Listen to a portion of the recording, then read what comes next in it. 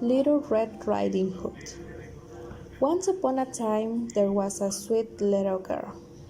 Everyone who saw her liked her, but most of all her grandmother, who did not know what to give the child next. Once she gave her a little cap made of red velvet, because it suited her so well and she wanted to wear it all the time. She came to be known as Little Red Riding Hood. One day her mother said to her, "Come, Little Red Riding Hood, here is a piece of cake and a bottle of wine. Take them to your grandmother. She is sick and weak, and they will do her well. Mind your manners and give her my greetings.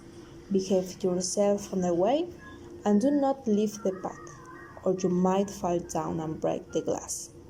And then there will be nothing for your sick grandmother." Little Red Riding Hood promised to obey her mother. The grandmother lived out in the woods, a half hour from the village. When Little Red Riding Hood entered the woods, a wolf came up to her. She did not know what a wicked animal he was, and was not afraid of him. "Good day to you, Little Red Riding Hood." "Thank you, wolf." "Where are you going so early, Little Red Riding Hood?" "To grandmother's." "And what are you carrying under your apron?"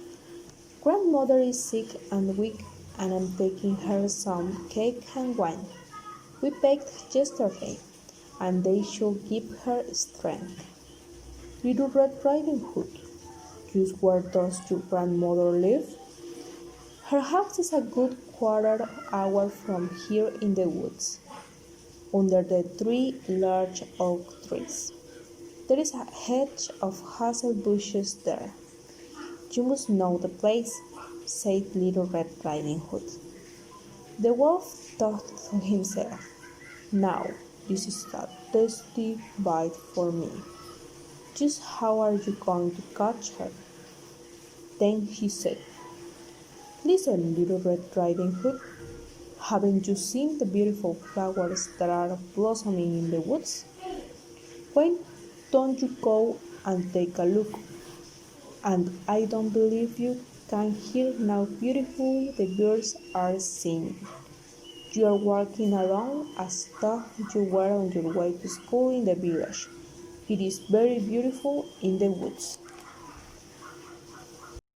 Little Red Riding Hood opened her eyes and saw the sunlight breaking through the trees, and how the ground was covered with beautiful flowers. She thought, "If I take a bouquet to grandmother, she will be very pleased. Anyway, it is still early, and I'll be home on time."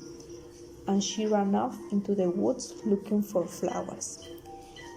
Each time she picked one, she thought that she could see an even more beautiful one a little way off, and she ran after it, going further and further into the woods. But the wolf ran straight to the grandmother's house and knocked on the door. "Who's there?" "Little Red Riding Hood. I'm bringing you some cake and wine. Open the door for me." "Just press the latch," called out the grandmother. "I'm too weak to get up." The wolf pressed the latch and the door opened. He stepped inside, went straight to the grandmother's bed, and ate her up. Then he took her clothes, put them on, and put her cap on his head. He got in her bed and pulled the curtains shut.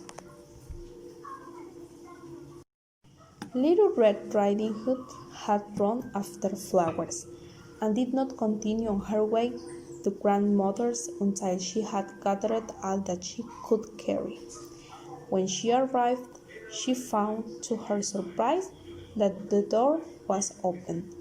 She walked into the parlor, and everything looked so strange that she thought, "Oh my God, why am I so afraid? I usually like it at grandmother's." Then she went to the bed and pulled back the curtains. Grandmother was lying there with her cap pulled down over her face and looking very strange.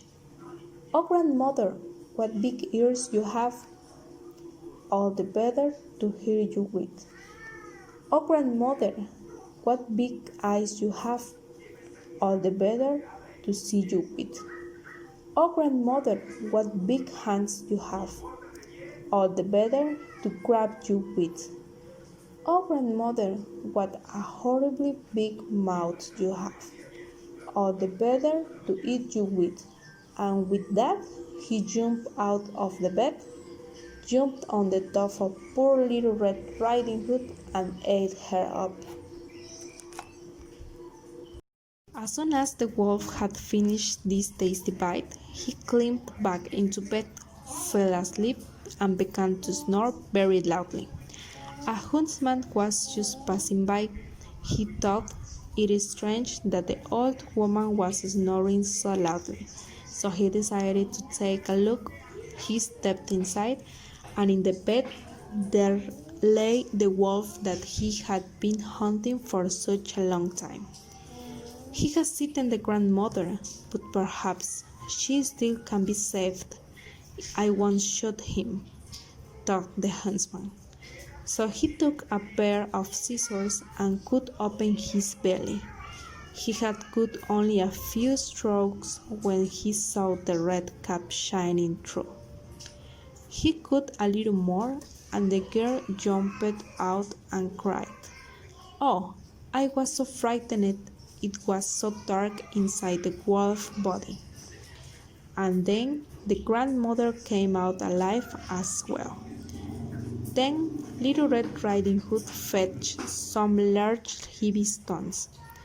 They filled the wolf body with them, and when he woke up and tried to run away, the stones were so heavy that he had fall down dead. The three of them were happy. The huntsman took the wolf's pelt, the grandmother ate the cake and drank the wine that Little Red Riding Hood had brought. And Little Red Riding Hood thought to herself, "As long as I live, I will never leave the path and run off into the woods by myself if Mother tells me not to." They also tell how Little Red Riding Hood was taking some baked things to her grandmother another time, when another wolf spoke to her and wanted her to leave the path. But Little Red Riding Hood took her and went straight to grandmother's. She told her that she had seen the wolf, and that he had wished her a good day, but had stared at her in a wicked manner. "If we hadn't been on a public road, he would have eaten me up," she said. "Come," said the grandmother, "let's lock the door, so he can't get in." Soon afterward, the wolf knocked on the door and called out, "Open up, grandmother, it's Little Red Riding Hood, and I'm bringing you some baked things."